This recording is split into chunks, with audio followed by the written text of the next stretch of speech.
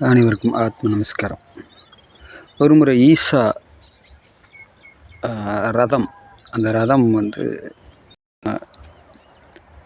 பகுதியில் வரும்போது நம்மளுடைய ஆசிரமத்துக்கு 2 பேர் அந்த அமைப்பை சேர்ந்தவங்க இரவு தங்குறதுக்கு அனுமதி கேட்டு தங்குனாங்க. அப்போ நம்ம அவங்களுக்கு காலையில் எழுந்திரிச்சோன்னே அவங்க நம்ம கூட கொஞ்சம் சிறிது உரை நிகழ்த்தினாங்க. அப்போ நம்ம கேட்டோம், என்னங்கய்யா நீங்கள் எவ்வளோ காலம் இருக்கிறீங்க ஈசா மையத்தில்? எம்டியாக இருக்கே, எந்த ஒரு சக்தி நிலையும் உங்களுக்குள்ள இம்ப்ரூவ் ஆகலையே, என்ன காரணம், என்ன நடந்தது அப்படின்னு கேட்டேன். அப்போ அவர் அதுக்குரிய காரணங்களை சொல்லி ரொம்ப வருத்தத்தோடு,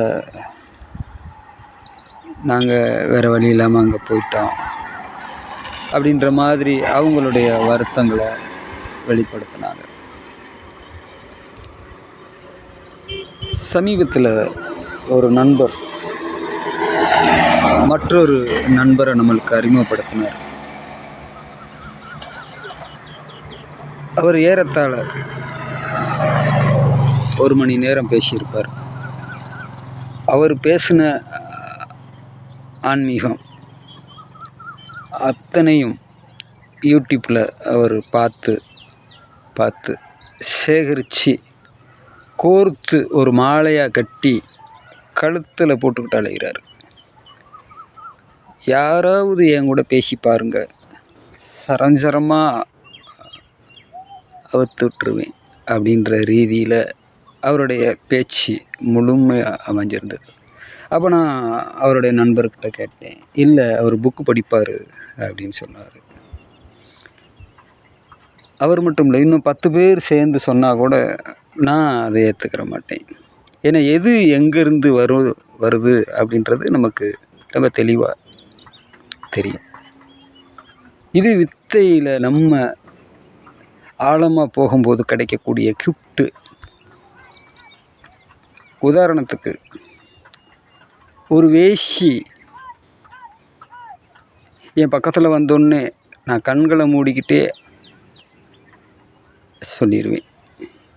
ஒரு பத்தினி வந்தாலும் நான் கண்களை மூடிக்கிட்டே வந்திருக்கிறது யாருன்னு சொல்லிடுவேன். ஒரு சிவனடியார் வந்தாலும் அப்படி சொல்ல முடியும், ஒரு வித்தியார்த்தி வந்தாலும் சொல்ல முடியும். ஆழமாக ஜபிச்சு பெரும் நிலை அடைந்த வித்தியார்த்தியையும் சொல்ல முடியும். இது சாதாரணமாக நம்மளுடைய உணர்வு நிலையிலையும் வாசனையிலையும் நம்மளால் கண்டறிய முடியும். அப்போ ஏறத்தாழ 2 மணி நேரம் பேசின அந்த நபர் குறிப்பாக ஒரு விஷயத்தை சொன்னார்.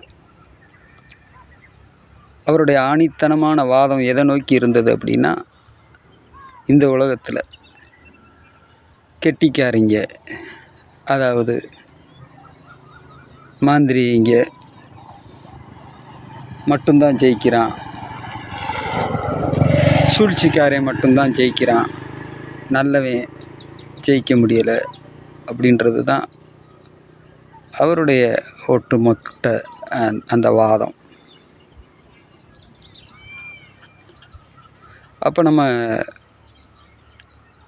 ஒரு அரை மணி நேரம் அவருடைய பேச்சை கேட்டுட்டு அதுக்கப்புறம் செல்ஃபோனை நோண்ட ஆரம்பிச்சிட்டேன்.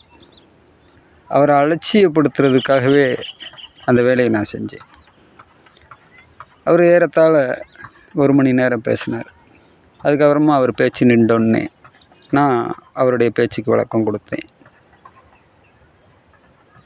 அவர் சொன்னார்,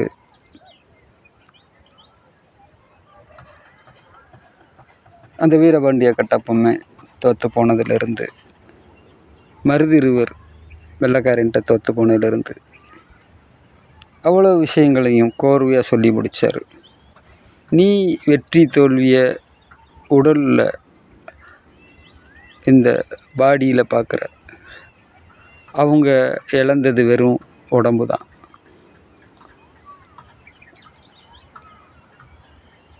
இந்த புரிதல் இருக்கக்கூடிய உமக்கு நான் என்ன எடுத்து சொன்னாலும் புரிய போகிறது கிடையாது. ஏன்னா அவங்களுடைய தியாகம், அந்த தியாகம்தான் அவங்களுடைய வெற்றி. இழந்தது உடம்பாக இருக்கும், ஆனால் இன்றைக்கும் அவங்களுடைய சந்ததியர் எங்கேயோ போய் ஒரு குறிகாரனோ அல்லது கோடாங்கிக்காரன்ட்டையோ உக்காந்தாங்கன்னா உன் பாட்டையும் வந்து நிற்கிறான் அப்படின்னு அடித்து சொல்லுவான். அதுதான் அவனுடைய வெற்றி. அவனை கொலை பண்ண அந்த வெள்ளைக்காரனுக்கு அந்த வாய்ப்பு இல்லை.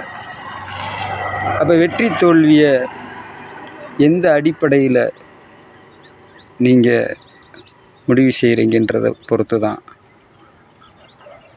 நான் அவங்க கூட வாதிடலாமா வேண்டாமான்றது முடிவு பண்ண முடியும்னு சொன்னோன்னே அடுத்த நிமிஷமே அங்கேருந்து அவர் கிளம்பிட்டார். எத்தனை நாளானாலும் அவர் என்னைய மறுபடியும் திரும்பி பார்க்க மாட்டார்னு எனக்கு நல்லாவே தெரியும். ஏன்னா அவர் கற்று வச்சுருந்த அத்தனையும் ஒரு நிமிஷத்தில் நம்ம உடைச்சிட்டோம். இப்படித்தான் நிறைய பேர் கற்றுக்குட்டியா நான் கற்றுக்கிட்டேன் அப்படின்னு அந்த துணுக்கு செய்திகளை சேகரிச்சுக்கிட்டு காலரை தூக்கி விட்டுட்டு அலைகிறாங்க. அப்போ இந்த ஜபமும் தவமும் உள்ள கூடி நம்மளை வளர்க்குது. அது முறையான வளர்ச்சி, சரியான வளர்ச்சி. அதை நோக்கி நம்ம ஒவ்வொருவரும் பயணிக்கணும். அதுதான் சிறப்பான வழி அப்படின்னு நம்மளுடைய ஆத்ம சகோதரர்களுக்கு சுற்றி காட்ட கடமைப்பட்டிருக்கோம். ஆத்ம நமஸ்காரம்.